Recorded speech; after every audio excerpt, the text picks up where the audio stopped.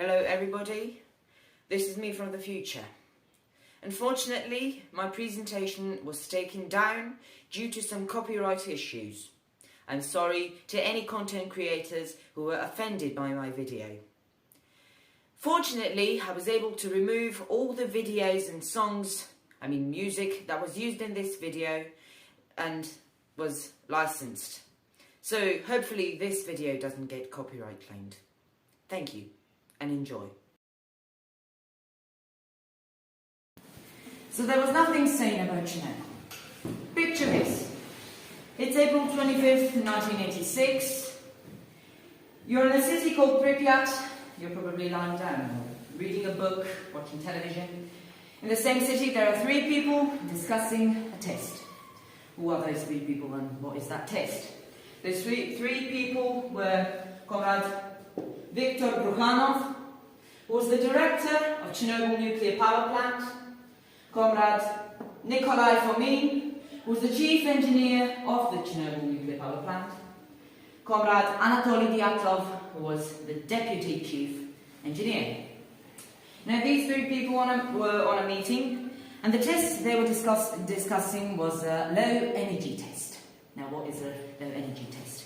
A low energy test is when a reactor is put on half power, then lowered to 30%, so the operators see how the reactor performs under no energy or low energy. The solution for that is a diesel-fueled engine, which of course continues the cycle of the core making steam and pumping water, and then the steam turning the turbines and making electricity. Now, the first problem that would start the chain of disaster is here. A call received by Comrade Brukhanov, a call from the Ukrainian grid company, a call that says that they cannot lower the power any further, and just know that the test has already kind of begun because the reactor is put on half power. From 3,000 megawatts, it's put on 1,500 megawatts. So there has to be a 12-hour delay. A great engineer by now would have scrapped the test and rescheduled it. But Comrade Fomin approves it. Now let's move forward. The second problem in the whole chain of disaster was a shift exchange. On the day shift, were all the more experienced engineers who worked at the power plant for years, if not decades. But on the night shift were engineers who worked from 2 months to 2 years tops. That night, the engineers in the control room were Comrade Leonid Topchenov, Comrade Alexander Fedorovich Akimov, and Comrade Zaryachuk. These two, we will be talking about them a little later. So, why was the 12-hour delay a problem?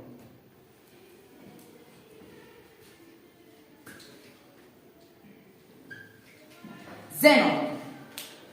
An accumulation of xenon. So you must understand that in an RBMK reactor there is two types of elements. Elements which raise the reactivity and elements which lower the reactivity of the reactor. Xenon is an element which lowers the reactivity of the reactor.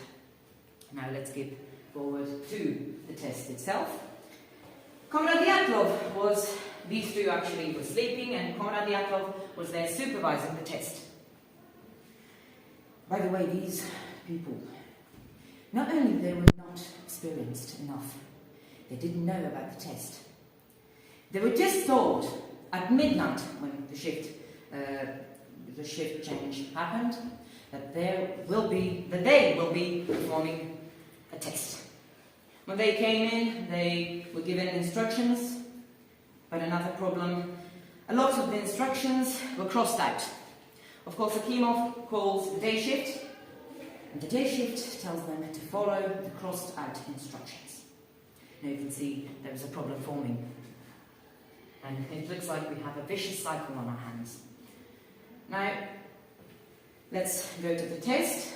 Dyatlov advises Toktenov to lower the power even more from 50% to 30%, which means from 1,500 megawatts to 700 megawatts. Toktenov starts lowering the power. He's doing it slowly, so he makes sure that they go to 700 and not less, not more. Of course, by that time, the impatient Dyatlov leaves the room. So, I must go back 2 years prior to the construction of the reactor. I mean, the reactor was just constructed. The reactor was quite young, 2 years. And Comrade Bukhanov has signed a paper which states that the reactor number 4, is ready to be in full use and that all the tests have been performed. Of course, the paper was late. There was one test bugging them. The first time they tried it has failed. The second time they tried it has failed. The third time they tried it has failed. And the fourth time they tried it was April 26, 1986. Now, why did the test fail? The diesel-fueled engine took too long to power up, a minute. Solution. What if the pumps could work just enough to bridge the 60 seconds gap? That was the test. And obviously, I guess 3 times wasn't enough for them to know that it is almost impossible to do that. So, Toktenov lowers the power keeps going down. Instead of 30%, it goes down to 1%, to 13 megawatts. Dyatlov comes in furious. So, now, a great engineer would have scrapped the test the moment the company called. But even an even greater engineer would have ended the test when this has happened. But Comrade Dyatlov approves the test and says to Comrade Akimov to get the power up. How would he do that? He would do that by raising the boron pipes, which lower the reactivity. First he raises them halfway, but then he must raise them all the way up. The best he can get is 200 megawatts, which of course is not eligible for the test. By this time, they've pushed the reactor to oblivion. Nobody has pushed an RBMK, not an RBMK, a nuclear reactor this far. So they continue the test with 200 megawatts. Comrade Staliachuk is there to turn on the pumps. As soon as he turns on the pumps, blinking lights and buzzers. Dyatlov says to turn off the buzzers, but it was just a matter of time when a button, AZ5, should be pressed. AZ5 is a shutdown button. When pressed, all the boron control rods simultaneously drop inside the reactor, killing the reaction and just shutting down the reactor. Akimov presses the AZ5. It looks like we arrived at 1:35 a.m. Instead of shutting down the reactor explodes. The moment the reactor has exploded, all their consoles, computers, switches, buttons, etc. are turned off and disconnected. They don't have any info on what's happening. So, the xenon played a huge role here because, yes, the rods were made out of boron, but their tips weren't. Their tips were made out of graphite, which instead of reducing the reactivity, rises the reactivity. It reacts aggressively with the xenon. Now, because there is no info on what's happening, Comrade Dyatlov is now relying on his experience. He's worked 25 years at this power plant. And he says the only, let's say, possible thing that could have happened, and that was the control tanks have exploded. So he says to Kimov and Tokhtinov to pump water into the tanks. They can't. The main control station is off, is disconnected. Dyatlov leaves the room. He has to wake up the Pripyat committee and wake up Fomin and Bruhanov, which now have to go on a meeting. By that time, the firefighters were called. Not only firefighters from Pripyat, but firefighters from the whole Ukrainska Oblast, not Ukrainska, Kievska Oblast, sorry. Now, one of the firefighters was Vasily Ignatenko, a husband of Ludmila Ignatenko, which is kind of irrelevant at this point, but he was there. They didn't know what they were going through. So, in an RDMK reactor, there is a huge cap.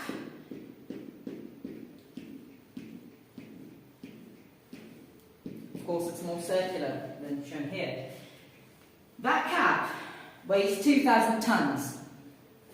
And that cap keeps all the radiation inside, because inside every single of these squares, which are kind of capsules, there is a hole inside. And inside that hole is a pod with U-235.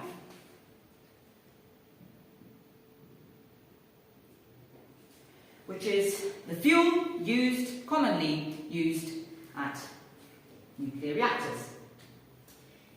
Before the explosion, every single one of these squares started jumping up, each one weighing 3,060 kilograms, and the whole cap is blown off and it landed on its side. Why was that a problem? Well, the U-235, and this is kind of how a nuclear reaction works, is that atoms bounce off of these walls, creating steam combined with water. But now that there is no cap, those atoms are free. They're going at a speed of light, going through everything, and they were like bullets. Now, before Dyatlov has left the room, he reported 3.6 Rontgens. And this is a quote of his, which you probably use, but you won't be looking at it the same. A quote that says, 3.6, not great, not terrible. Of course, it wasn't great, but it was terrible. 3.6 was the maximum of low-range dosimeters. Now, let's go forward a little bit on the meeting. The Pripyat committee is here. Because the water can be pumped by switches, these two men go inside the basement, the cellar, and switch the pumps by hand, which would take them hours of a steady dose of radiation. These three, and not only these three, but tens more people are there from the Pripyat committee discussing what's happening and what has happened. Of course, these three men say that the control tank has exploded, 3.6 Rontgens, they've got the situation under control. So instead of evacuating the whole city, they closed the city. Not only did they close the city, they cut off all the phone lines, which means nobody comes in, nobody comes out, and they cut the phone lines to prevent, as they said, to prevent the spread of disinformation, which they didn't. Now, while the meeting is happening, Comrade Sitnikov is inside the reactor with a higher range dosimeter. First he had a 1,000 Rontgen dosimeter, but as soon as he turned the dosimeter on, it has burned out. But thankfully he has got another dosimeter with 200 Rontgens, but still better than nothing. The dosimeter has maxed off. 200 Roentgens. Of course, the meeting is done. So Comrade Sitnikov now comes to these three people, these three men, and says to them everything that he saw in the reactor. By that time, these two have been transported to the Pripyat hospital. And who is this? This is Comrade Chodyamchuk. Unfortunately, he was buried under tons and tons of debris. His body has never been recovered from Chernobyl. And that was the last time anybody saw him. Now, Dyatlov is said by these two people to go onto the roof and look into the reactor because Sitnikov is saying some dangerous things. He's saying that the reactor has exploded. And the answer was, how could a RBMK reactor explode? It's impossible. Yet it happened. At that time, Dyatlov starts puking from radiation, which he says it's mild. So he's transported to the Pripyat hospital.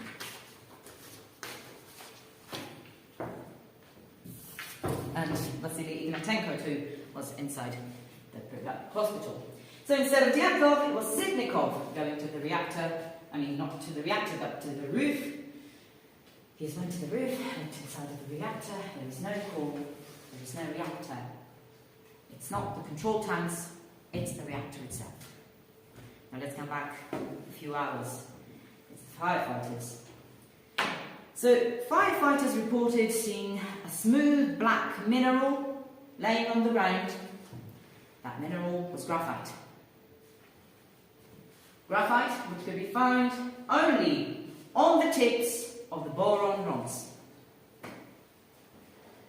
They all probably died after that, after weeks, because an acute radiation syndrome, sickness, however you want to call it, is not a thing to mess with. So, of course, these two men are now very angry, and Sitnikov is transferred to the Pripyat hospital. He's radiated himself a lot. Now these two people are waiting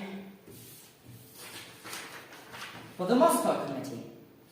At the Moscow Committee, there was Boris Shabrina. The Moscow Committee was led by Gorbachev and Valery Legasov. This name should be not forgotten. This name should be remembered. So, Comrade Shabrina starts the briefing by saying everything that has been reported to him, the water tanks, the control tanks, the 3.6 Roentgens, which means that, yes, 3.6 is an equivalent of one chest x-ray, as he said. Comrade Gorbachev is he said that I think there is nothing to be worried about. So they start literally packing themselves. The meeting is over. Until Comrade Legasov doesn't bang his hand on the table by saying 3.6 is the maximum of low-range dosimeters, and the 3.6 is not an equivalent to one chest x-ray, but rather for 100 chest x-rays. Because of the situation, Gorbachev sends these two to Chernobyl.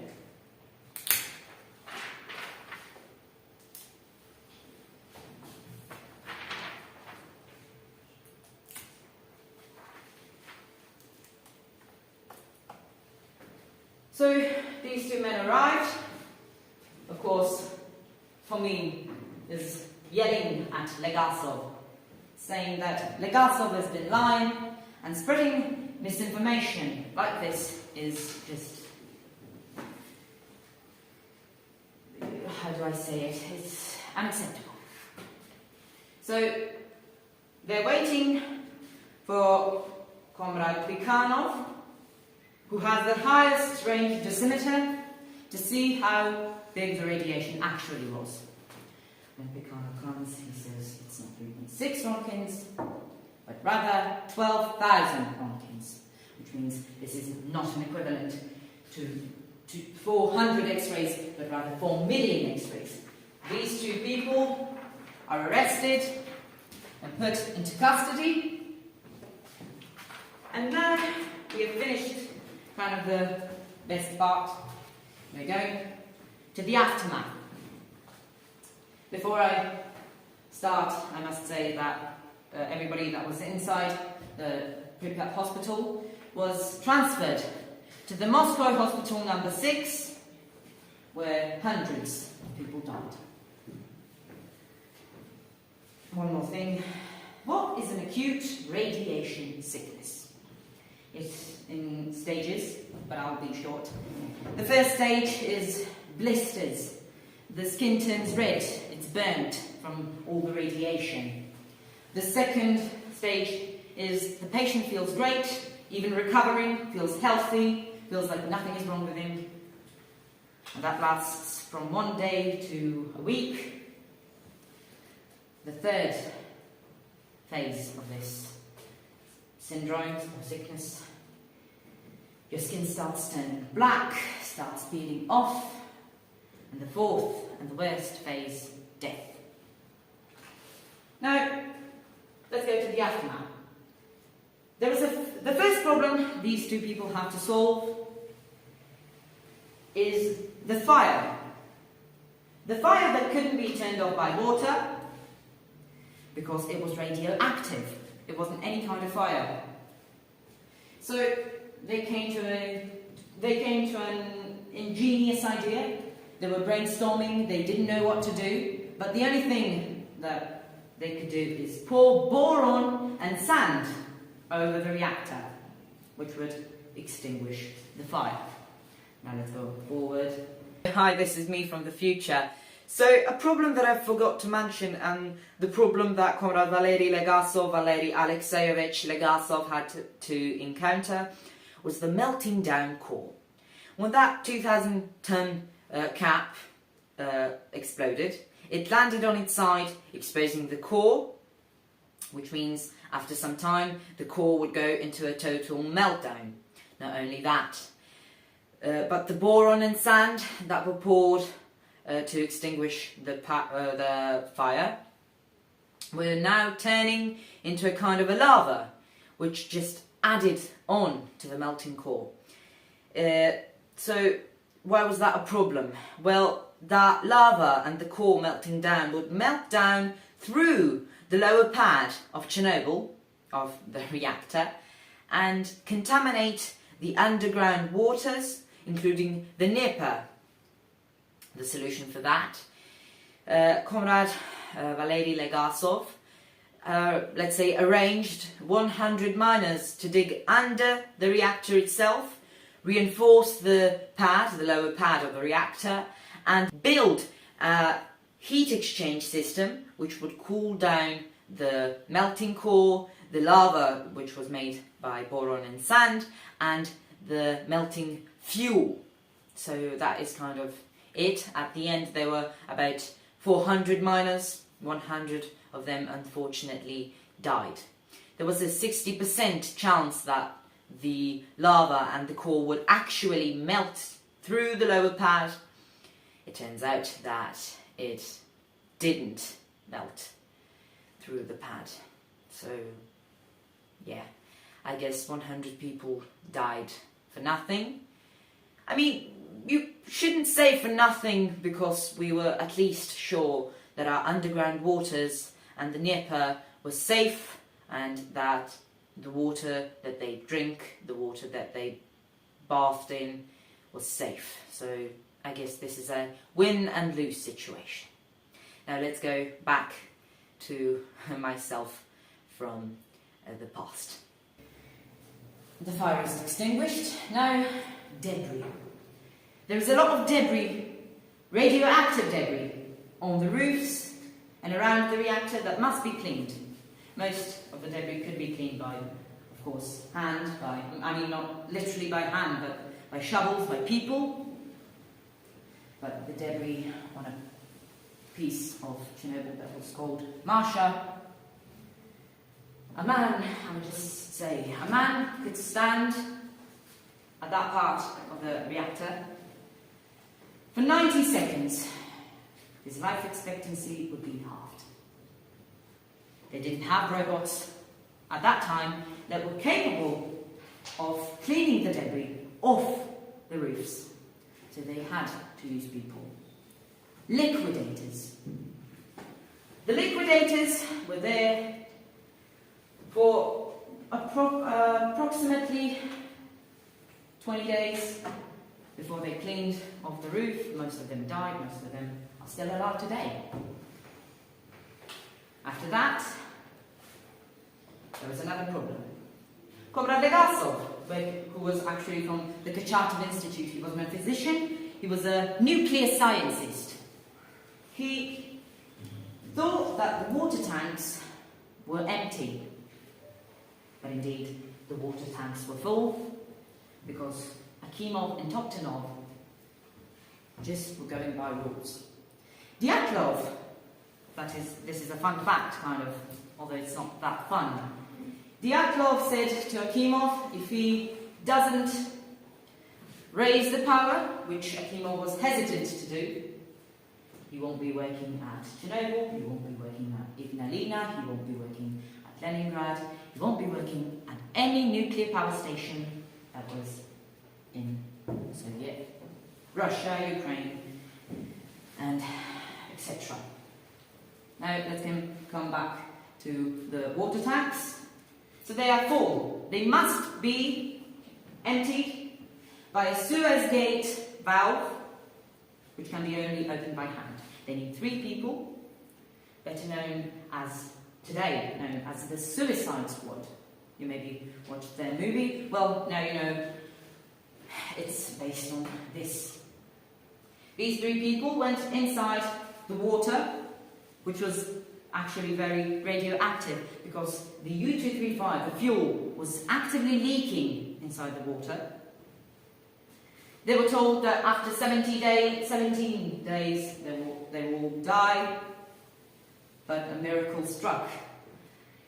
2 people that went to empty the water tanks are still alive today, and 1 died in his age 50 of heart problems. Now the water tanks are empty. What is the next problem? Building a containment building around the reactor itself, so the radiation shouldn't spread anymore. Today we all know it as the new safe confinement, which will last another 100 years, and it keeps us safe from all the radiation. By the way, if Comrade Legasov didn't turn off the fire, extinguish the fire, well, we wouldn't be standing here. The whole continent of Europe would have been dead from the radiation spreading. Now, let's get back to this. Now, there is only one problem left. A hearing. A hearing in which these 2 people go against Fomin, Brukhanov and Dyatlov. In that hearing there was a woman from whom we don't know her name, unfortunately. She explained what has happened before the meeting between Fomin, Brukhanov and Dyatlov. Then Boris Shebrina was in there. Boris Shebrina is the Minister of Fuel Industries in the USSR. He was known as one of the, not dumbest, but kind of dumbest politicians in the USSR. So he was put onto the case, because they thought that nothing should be worried about. But indeed, there was something to be worried about. Thankfully, there was Valery Legasov. Now, after Shebrina, who has explained how a nuclear reactor works, there was Legasov. He explained everything that I told you right now, with adding on a few things.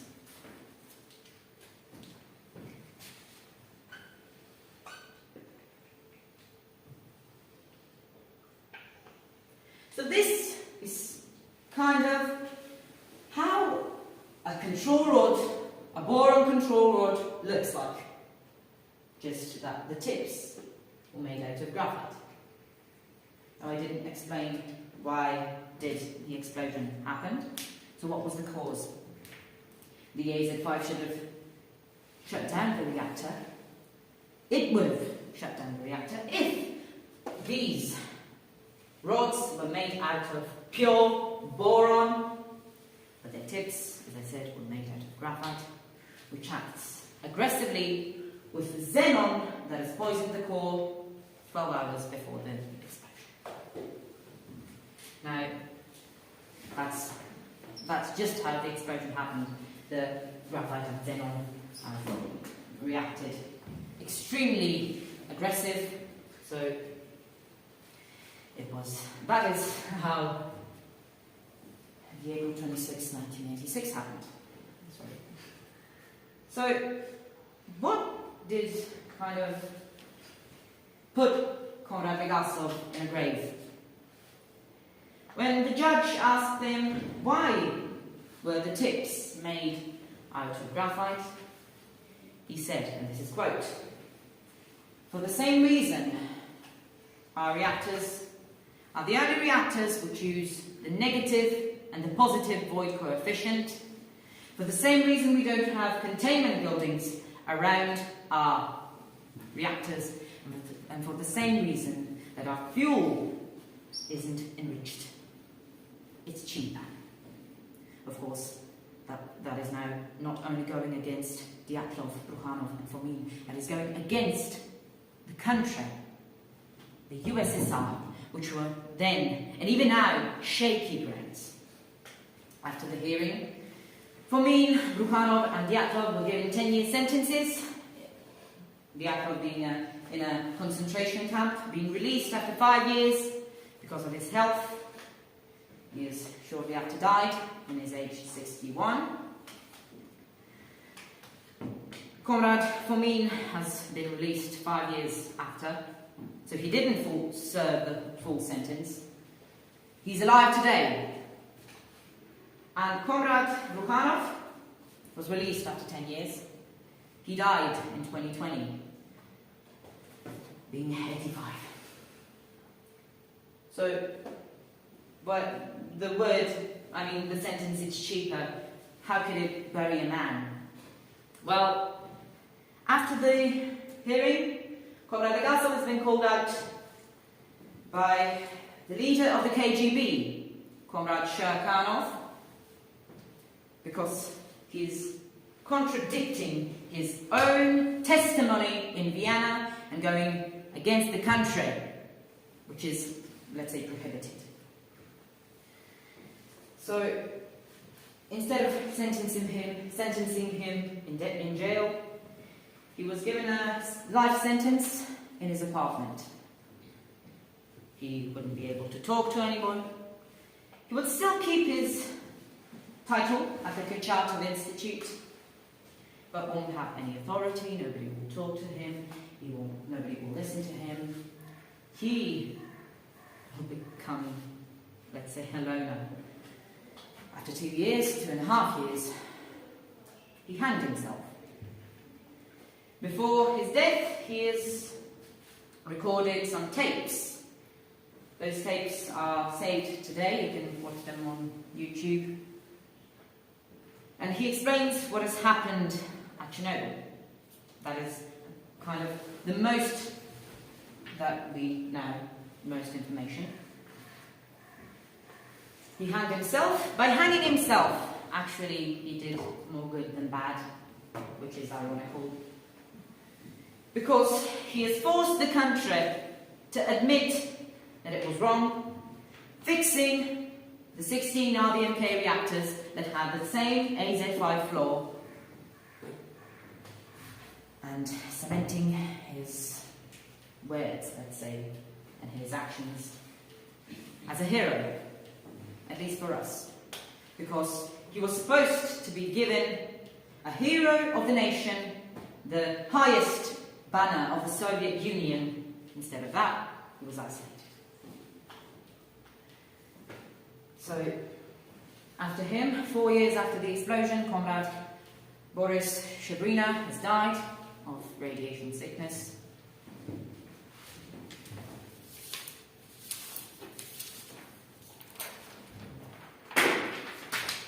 Comrade Akimov died 2 weeks after the explosion. Comrade Fomin is still alive today. Brukhanov died last year. Sitnikov died at year 51.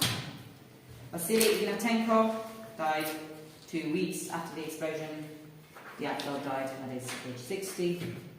Stalyachuk, on the other hand, is still alive today. Topchenov died 2 weeks after the accident, and Polyamchuk was buried in lead.